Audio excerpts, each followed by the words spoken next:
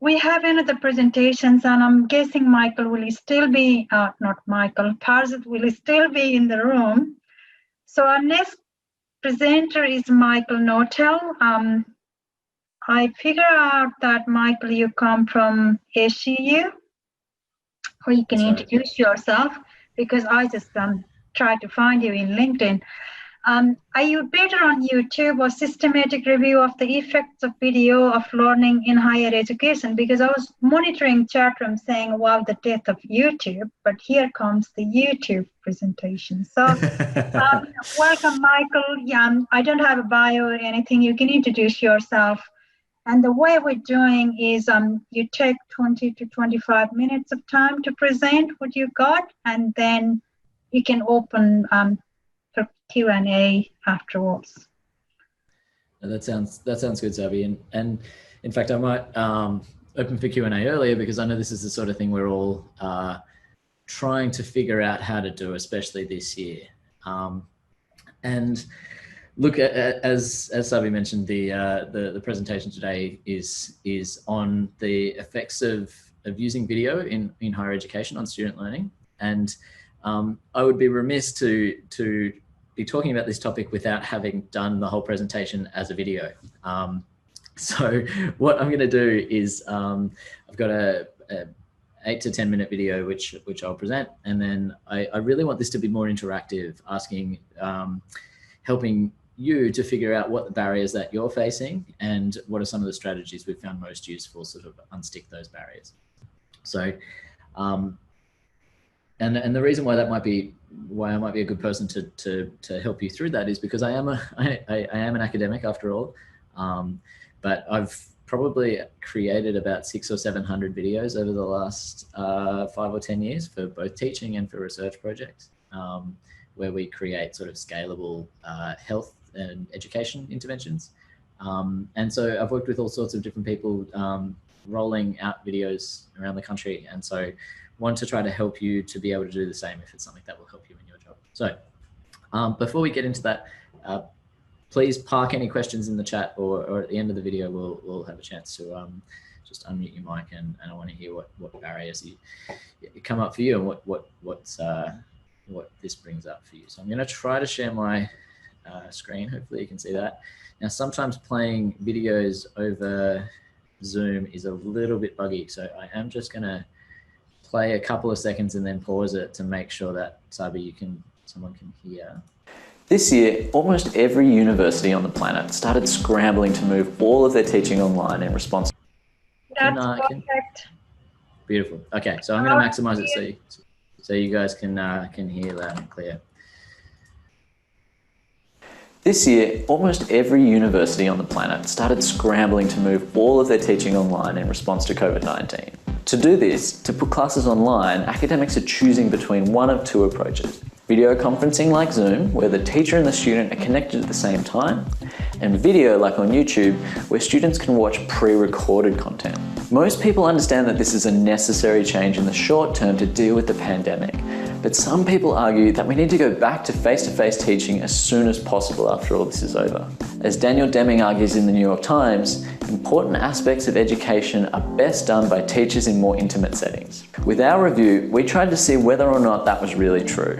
I got interested in this problem about 5 years ago when my team and I were getting excited about flipped classrooms.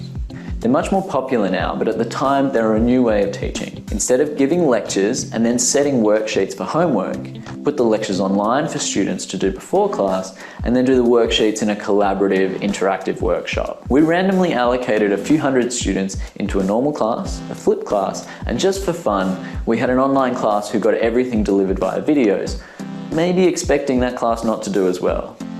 They actually did fine. There were no differences on quizzes or exams or assessments. What was going on? We wanted to see if our study was the exception to the rule, so we did a systematic review. We went to find every other study like ours that measured objective learning after university students were randomly assigned to get videos. We wanted to make sure that we were only looking at real differences here, not just student preferences. So as a result, we excluded studies that only asked students for opinions. And we excluded studies that were non-randomized because otherwise students could just be choosing the type of learning that they wanted. We only included randomised controlled trials with objective measures of learning as the outcome. So we weren't just relying on student preferences or enjoyment. We found over 100 studies and the results blew us away. A quarter of these studies gave video in addition to existing content. And as you'd expect, students who got extra stuff learned more. That was pretty obvious. But we also found 83 studies that swapped some type of teaching for videos. That's where things get really interesting. Most of the time, students learn more when given a video instead of a class. You can see the effect size for swapping a class for a video is 0.18, which is about the same benefit as giving everybody in the class high self-esteem. Compared to a reading or a website, video is even better, with effect sizes of 0.51, bigger than offering a full virtual reality environment. It didn't matter if videos were swapped for lectures or tutorials, it didn't matter if the videos were used for one brief session or for the whole semester. And it didn't matter if the exam was right after the video or at the end of the semester. Videos were consistently good for learning, and we think there are a few reasons why. There are 4 main reasons why videos work well, which we'll go through. Let me explain each of them here. First of all, students have 2 main channels for learning. One for the things that they see and one for the things that they hear. And lots of different ways of learning, including videos and face-to-face classes, can be built to use both channels well. We found videos were much better than books, websites or podcasts, and we think that's because videos use both channels when these other things only use one or the other. But why then are videos better than classes? And I think it's because us academics aren't perfect. We make mistakes when giving live classes, and we can edit ourselves on video. This means we can more carefully present information so it's easy to understand. It's easier to design videos so that students are best using their brains for learning. If you're interested in some evidence-based ways of doing this, see the link to the how-to videos in the description. But it's not just us academics who have more control when learning with video. Students get more control too. They can speed us up, slow us down, stop to take notes, or have a break for a coffee. With video, students have control to learn when they want and at the speed that they want. All of these things allow students to regulate the amount of information they're taking in so that they can master the content without getting overwhelmed. Pragmatically, they can also learn where they want, when they want, meaning life is less likely to get in the way of learning. Next, we can't always give students a realistic view of what we're teaching in class, but with videos we can show them the real thing. If you're learning to do CPR, for example, students in the class will only get to see a demonstration. Hopefully anyway, although my wife says I'm heart-stopping on stage. They probably see a demonstration from a distance in a room full of dozens of other students. In contrast, videos allow students to see real demonstrations with real people. Videos can give a unique perspective that can't easily be seen in a class. Students can even see the skill through the eyes of the performer. This may explain why videos, while good for learning knowledge, were excellent for learning skills. As you can see here, the effect sizes were around 0.44, which is about as good as many full virtual reality simulations. Students learn skills better from videos because they can see authentic demonstrations up close and personal. Finally, videos work well because teachers can make them as interactive or more interactive compared to many other classes.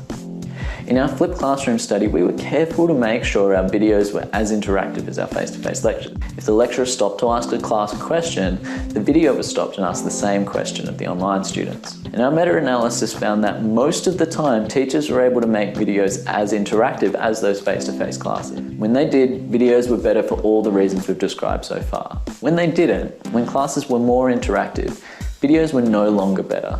And they were the same, if not worse, than those classes. So interactivity is really important. The more interactivity and the more feedback students get, the better they learn. But just because classes are face-to-face doesn't mean they're interactive, and just because they're online doesn't mean they're passive. Most classes aren't that interactive, and video can be easily made more interactive too. Websites like Khan Academy, Edpuzzle and H5P do a great job of showing how you can make videos interactive by asking lots of questions with high quality feedback. When we move content online, we can keep classes interactive.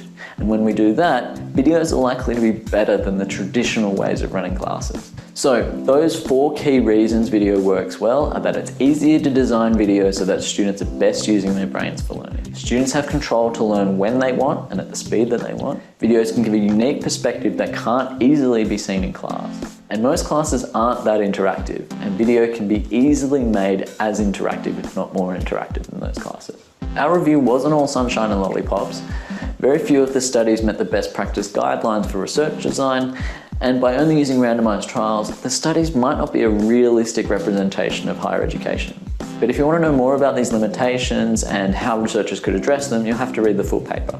Still, Deming's argument in the New York Times might be right, but it's unrealistic. Yes, students thrive off learning environments where they're collaboratively solving interesting problems in small groups and getting lots of feedback from an instructor. But is that how you remember your time at university? Not me. I remember sitting in long lectures either bored because it was too easy or overwhelmed because it was just way too hard. Videos can, and probably should, replace all of the classes that look like a traditional lecture. Because teachers can edit themselves, they can do a better job of presenting the material in a clear and coherent way. Because students can fast forward and rewind, they can make the lessons easier or more difficult as they want. And because they're not constrained by a 2-hour booking in a lecture hall, videos can be more easily broken up into bite-sized chunks with questions and feedback in between. Yes, small group and hands-on learning is great, but I've found teaching by video has freed up time so that I can better prepare these hands-on experiences.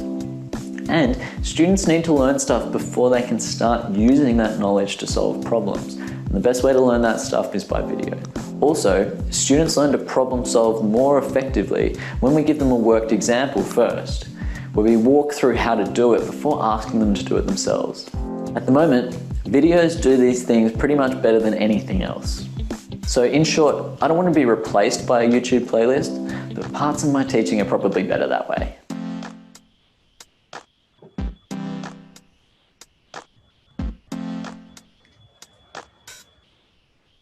So guys, you'll have to excuse the terrible puns throughout that. I've pasted into the chat a link to that video, as well as a playlist of 5 short videos that summarize a whole lot of other meta-analyses, not on the benefits of video, but on what sort of components we should be putting in order to sort of make that the best learning experience for our students.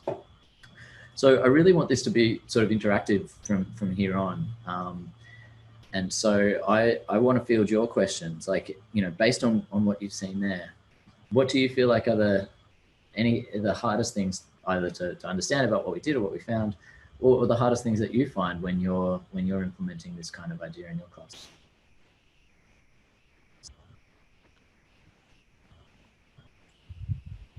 I think the hardest thing is the interactivity.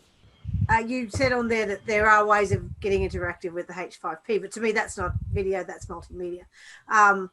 But that interactivity of them, if they hit a point they can't understand, of being able to actually ask that question, and that's the face-to-face. Don't get me wrong, I love video and I've got 150 to make next term, but and I want to make them fun. But yeah, the interactivity disappears. I can't see how that can be tied in quite so easily. Absolutely. No, and I fully agree that there are parts of our teaching that are high bandwidth and interactive that, you know, are easily done face-to-face, that are almost impossible over video. And, you know, like I teach counseling, right? And in a lot of the ways, like, you just can't teach counseling by video, because when students are having a go at things and they have no idea what they're doing wrong, like it's really important for me to be able to see them demonstrating skills and provide feedback, right? At the same time, even in my counseling classes, the video demonstrations that we put in that class are better than me doing it live, right? And it's better than me doing it in a lecture where I talk abstractly about being empathic, compared with showing concrete examples of empathy, right?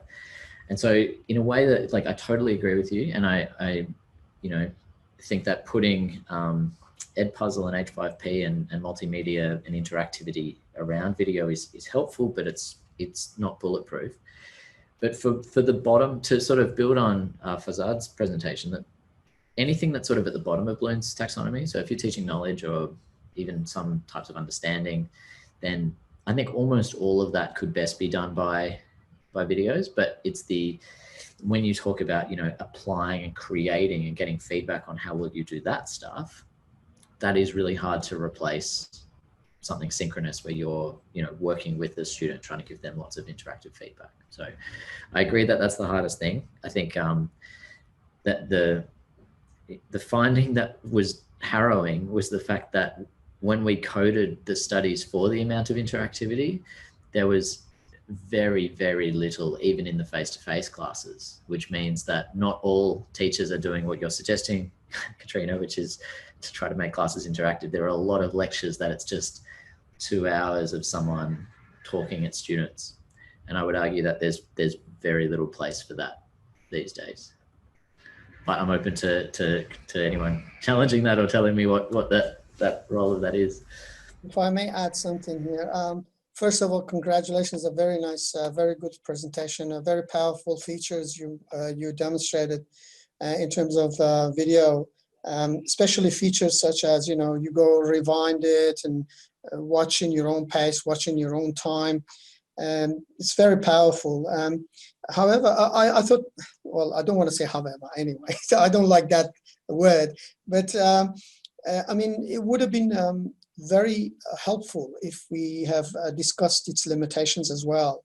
I mean, in terms of, there are things that you need to be learning hands-on, motor sensory skills, things that you need to do in order to get it. I mean, there is, I'm hoping there are new tools coming in and allow us to do that, a virtual reality training possibilities and all that things.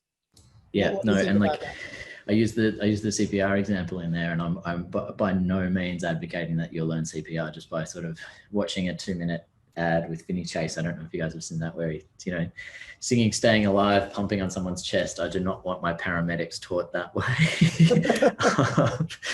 And so absolutely agree that like, and that, like, you know, learning to code is a great example as well, where like I've watched lots of people code, and I do not learn that as well as when I'm actually trying and failing and getting feedback and seeing. Yeah, actually, that's what one of the things that I said to my students. Okay, learning programming is like learning piano or any instrument. Yeah. You can't read a book or watch people doing it and do it. You have to actually get your hands dirty and do the thing.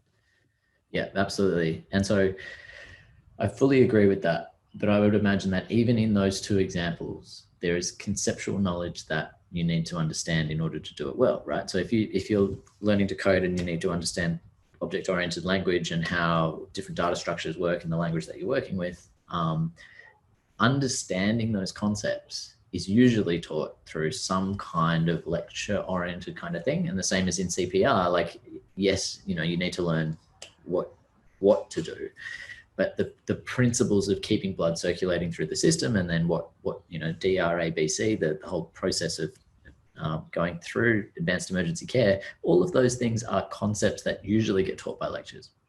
Now, the advantage, I think, of slicing them up into videos is that, to use the data structures example, like you can break up a say 2-hour lecture, which might be the traditional way of covering that initial content, much more easily with opportunities to practice your coding, right? Which means you're going to learn it much better. So it's much more effective, I think you'd agree, to do 10 or 20 minutes on the different data structures in a language, and then to actually play with that on your software environment, and then to do a bit more, right?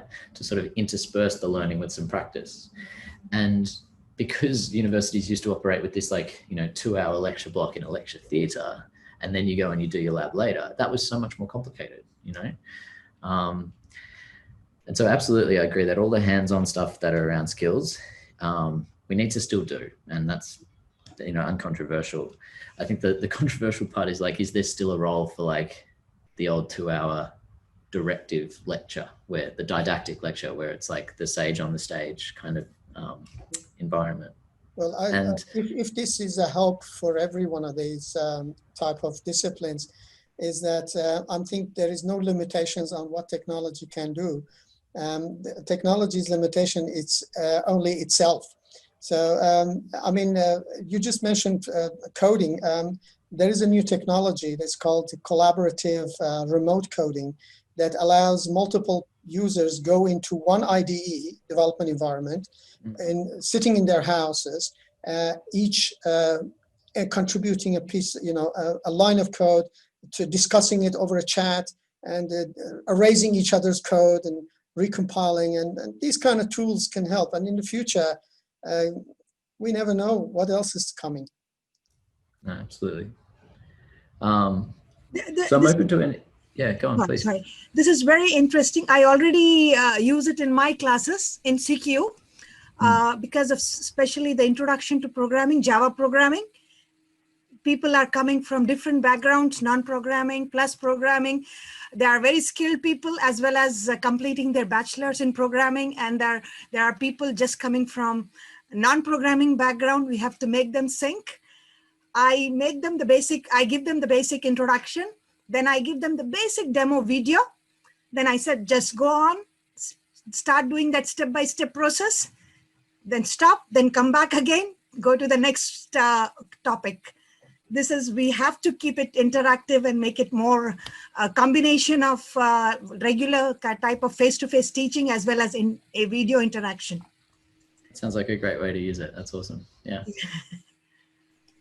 What I tried a few years ago in one of the project management classes was to embed various videos into the Moodle site, and then beside each video place questions with a link to Etherpad, which was a collaboration environment that they would then drop into, and with the idea that the students could perhaps collaborate in writing rather than coding, but that same sort of idea. And you were pushing along the ideas that you felt that were important for them to have taken on board for each video. So that was done a while ago, but it would be something worth using. I'm sure there's probably better tools now in Moodle for doing this sort of thing, but I found that was very good. But I don't very rarely have the time to consider trying to edit myself in these videos. It's easy to go onto YouTube and find something that says things so much better than I can. But I don't know. I had a question for the earlier group, or the lunchtime group, which was, what video editing software are we best to perhaps use to edit some of the material we've produced over the last year in Zoom? I mean, I've got hours and hours of the stuff. Presumably I ought to try and find the 10 seconds of inspiration that I've given my students and then put that up, perhaps. I don't know, perhaps Michael, you've got some ideas of what tools are free and available to us. Good question. So I've got 2 or 3 answers for that. I've seen in the chat people using Camtasia. Echo 360's got it. A lot of universities have a Creative Cloud license for Adobe, and Premiere Pro is an industry standard, which is probably the best. I mean, I use Final Cut Pro because I've got a Mac and I've kind of locked myself into it. I would argue you don't actually need very sophisticated tools to do a good job. The only other thing that I would add, though, is that I found there's 2 extremes of use cases for videos. And I no longer try to aim for the middle of this because I think it's way more work. So the 2 extremes are that in a recent class that I was running, it was on leadership in high performance sport. And I got a sports scientist to come in every week who had worked with the Socceroos and the Matildas and all these top tier teams, and basically did interviews with him every week, and created like long form sort of videos, right? Which were discussions between him and I, and a bit more like you guys having Zoom chats, which are like an hour long. And I didn't edit these heavily. Like I didn't try to pull out little 10-minute, 5-minute slices. Instead, I kind of edited out the stumbles or the time when Craig said, oh, I probably shouldn't have told you about what that player told me, right? So I'd edit out the bits that he said not to talk about. But generally, I kind of left it kind of in long form mode, if that makes sense. Having said that, my best videos aren't that sort of format. They're like the one you just saw, which is like 5 to 10 minutes. where they're short, tailored videos with a clear kind of message. And I've a long time ago tried to take those longer discussions and then cut them down into something brief and concise, like the shorter ones. And I have stopped doing that. Because I think it is vastly easier to script something and edit it, and shoot it with a teleprompter, because teleprompters are now basically free. Like you can have one on your phone and it's recording at the same time, or you can buy like a little $100 one that clips onto the front of a good camera if you want to use that. And then with like, you almost have to do very little editing, right? So by scripting something that might take me, say, 20 minutes or half an hour, and I can get the wording better than I could have come up with just talking to you guys, right? Better than I could have done this now. And I can still, with practice, make that feel authentic and put in some visuals that I've also prepared, which was much harder for trying to edit a Zoom down to something short. And then the advantage is that the editing is so much easier because I'm not trying to pull little grabs from here and there and piece it together into into something coherent, because an hour-long Zoom session is very difficult to sort of make a short, coherent version of that. So this isn't based on science. This is just based on experience. Like I think sometimes those long-formed discussions, or taking the Zoom and plugging them in for next year, is useful, right? Particularly if we go back to face-to-face classes and you're no longer running lectures, then chances are the quality of those are going to be better than the old Echo 360s in the lecture theatre, because they're often hard to hear the students. But if you are trying to create something short, I think it is much more efficient, and you'll spend less time having to fiddle with editing software if you draft up a script, even with parts that you want to ad lib, right? If you shoot it, in 1 or 2 takes by using a teleprompter, right? And then don't spend so much time trying to make a Frankenstein lecture, just design it from scratch.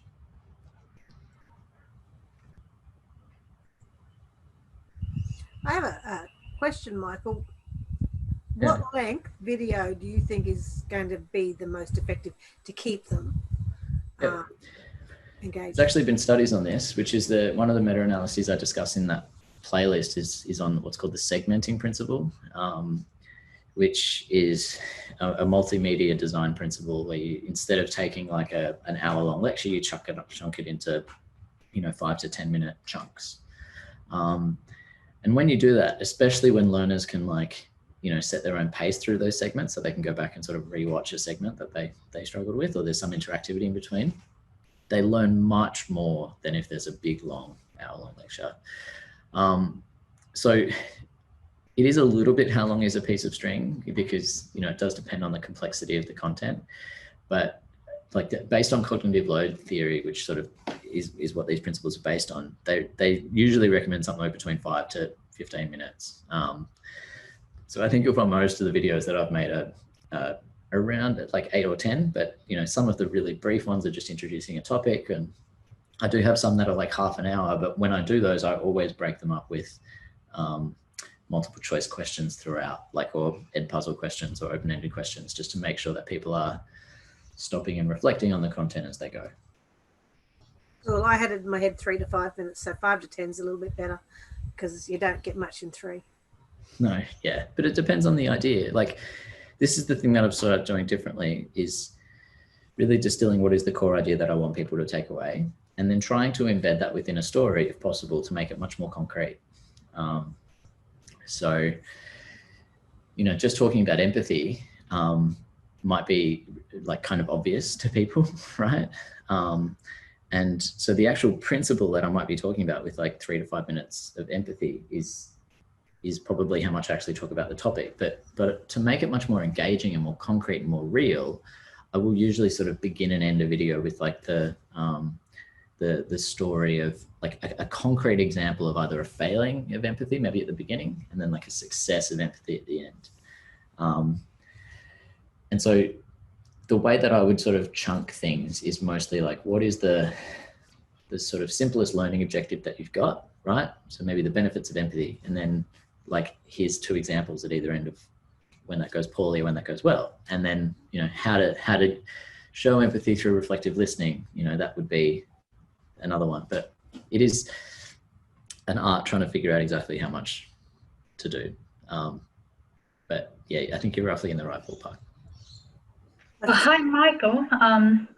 Savi here. It's I do have comments and probably the questions for you as well to consider, because it was fascinating presentations. How you pitch it. It's video can do everything. So I kind of pondering when you were presenting, watching your video, because it feels like the universities and academia is kind of already in death at the moment with the zombie, with another virus. And if if we pitch it like this, that okay, the video can teach all clinical or non-clinical subjects, or human-based learning, or system-based learning, or computer-based learning.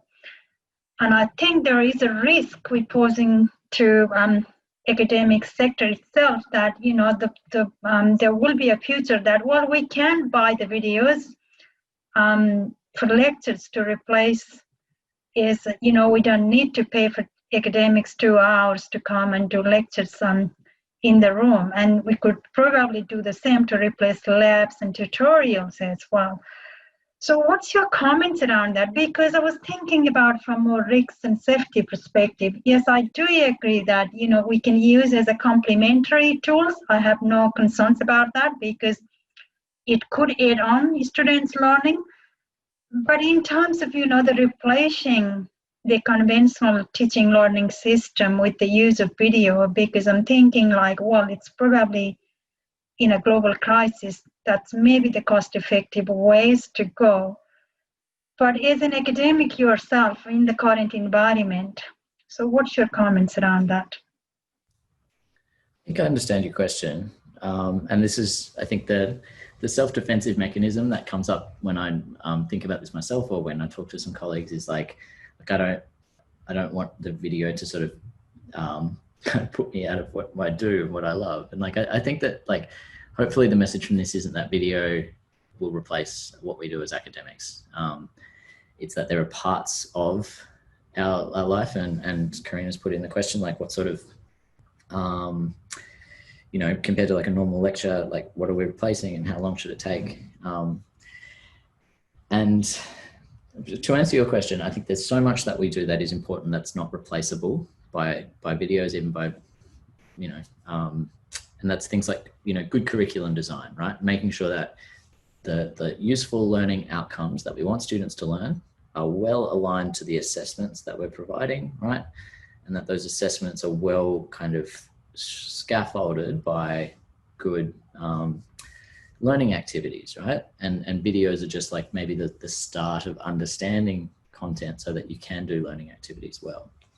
And, from everything that we've talked about today, learning skills, then I'd argue that even if you're learning something like biology, it should help you solve interesting problems. So in class, let's solve those interesting problems. Let's practice solving those problems using our biological knowledge. And so all of that means that students will still value coming to class, right? Or coming to being enrolled at a university and not just watching stuff online for 2 big reasons. One is that they know that all of the extra stuff that you do, including well-aligned assessments, are really important to actually learning, right? Like, it's not just, assessments aren't just to check your learning, people learn from doing assessments. And so that's not going to disappear. And then the second thing is that, like, there's this thing called the sheepskin effect, which means that, to come and get a degree is worth a lot because it shows that you have learnt stuff when you go to an employer. And the sheepskin effect is the fact that students who learn everything in a course except the last unit that they need to graduate earn like, $20,000 or $30,000 less than the same student who's done all of the same learning but doesn't have the sheepskin, doesn't have the certificate. So, we will always have that as a carrot. And I think that the more intrinsically motivating thing is that everything else we do as academics is what helps support that learning. There was one other question which I want to come to, which is Karina's one, which is how long does this take? That's a very good question, and I think it does take longer, right? I think two things make a big difference. One is scripting your work rather than relying on yourself editing, because it takes much, much longer to edit a video than it does to edit a script, right? So that's one thing. The other thing is that, like, my video time has compounded, or it has given me freedom to do more important things in subsequent years. So by doing a big investment in creating videos one year, I no longer have to prep and present the same lecture 3 times a week for the next 5 years, right? I have the video resources which I can plug up and spend the rest of the time that I've freed up in those other things like curriculum design and learning activities in face-to-face environments or sort of synchronous environments. So to make the really short videos is harder. I forget who said it, but someone said, if I had more time, I would have written you a shorter letter. It is harder to kind of make something concise like what I just showed you guys. But to just convert a traditional lecture to an online version via video, I think it would take, you know, roughly 2 hours for every kind of hour that you're trying to trim and edit and cut out all the stumbles. But you know, you can spend a very, very long time doing this if you want to hone it. And I don't think you should do that. I think you can make it much more simple by just having your PowerPoint slides, scripting what you're going to say, shooting it with a teleprompter, and then just laying the slides on top. Oh, thanks, Michael. That's actually what I thought you were going to say, but I hoped you might have a magic bullet that I can use to convince other people that this is actually the way to go, because it's not going to take them as much time and they can just, you know, do what they normally do. But yeah.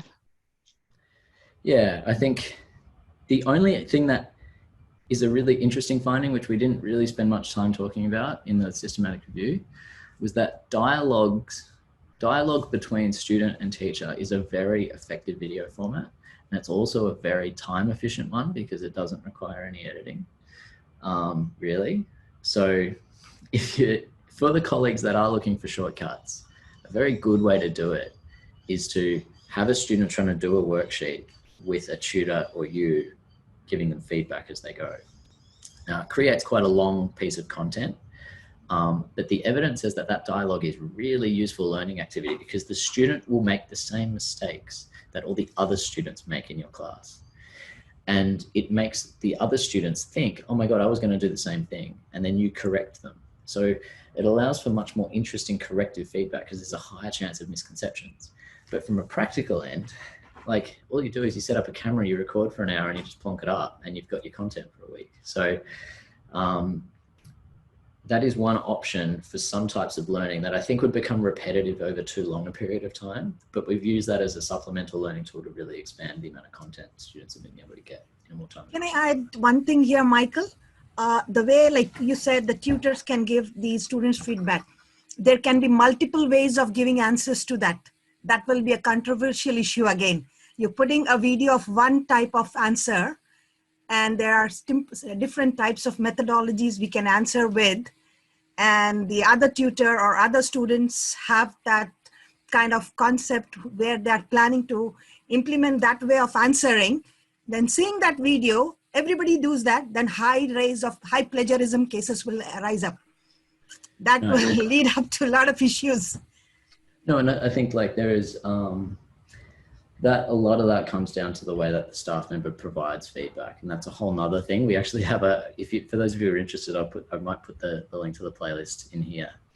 But when staff provide feedback with just the one way of doing something, that actually leads to really narrow forms of learning, and it does increase the risk that something could kind of go wrong, like you said. But what's more useful, what we try to promulgate is, like, we can see what you were trying to do. Here's a rationale for how you might do it differently. And then here's 3 ways that you could do that, right? And then which one of those do you want to take on? And offering choices like that actually allows usually for better kind of learning of the content. And the final thing is that we never do that for an accessible piece. We make it very close to, like, we make it sort of similar, right? So if they're writing an exercise program for you know, a 23-year-old woman, then their assessment will be for like a 45-year-old guy who's a smoker and has yada yada. So they have to transfer the skills for their assessment, meaning the plagiarism issues aren't as relevant. So I think a lot of those concerns can be addressed through curriculum design. And like I said, there haven't been that many studies on this approach, but it's just an interesting option for those of you who are really struggling for time. I think we need to wrap it off here, Michael. So thank you for coming and presenting this insightful, exciting way of teaching tools. So I think it's definitely helpful in terms of, you know, we get different cohorts of students coming to the class, and it's always good to leave them with something that they can go back and, you know, watch multiple times, take notes, and use that as a, you know, it's like a old textbooks. So when they prepare their assignments and exams, it's definitely definitely worth the investment of time, as you said, giving something that you know, works for longer and more effectively than those one-off classroom sessions. So I'm totally agree with that. So I think if you don't mind, I think people are interested if you share your email address in the chat room, and that will stay there when we share the conference recording as well. Thank you everyone for joining this room. That's kind of the end of these sessions for now, because we have only 2 presenters, so that's why we're making that interactive model. But if anyone would like to have more longer conversations with Michael or Farzad, I think if 2 of you are happy, that's fine. But officially, I think I will end those sessions here. And there is an evaluation. Please take a time to complete the evaluations of the sessions and the conference as well. So there is the official closing of conference will happen 2:30. And there is a different link you can join. And have a lovely afternoon wherever you are. And hopefully we will get out from this pandemic or chaos very soon. But also knowing that everything, you know, we had that opportunity to experience that we can live with the virtual life. We developed our resilience, in my sense. And I think we can be, I don't know, I think we'll get used to it, this life. Being in Melbourne, that's how I'm reflecting. So, so thanks. Thanks, Abhi. Thanks, everybody. Thank you both. That was great. See you guys.